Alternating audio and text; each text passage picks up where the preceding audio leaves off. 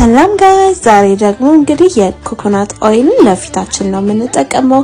ፊታችሁ በጣም ደረቅ ለሚሆንባችሁ ሰዎች መጠቀም ትችላላችሁ ማለት ነው። በተለይ ደግሞ ክረምት በሚሆንበት ጊዜ ነፋሻማ አየር በሚኖርበት ጊዜ ብንጠቀመው በጣም ቆንጆ ነው።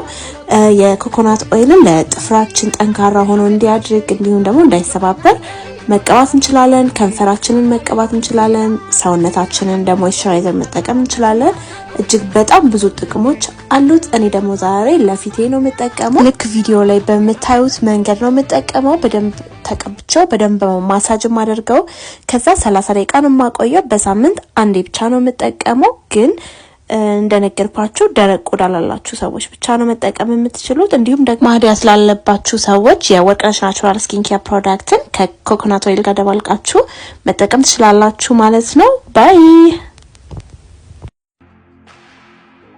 ወርቅነሽ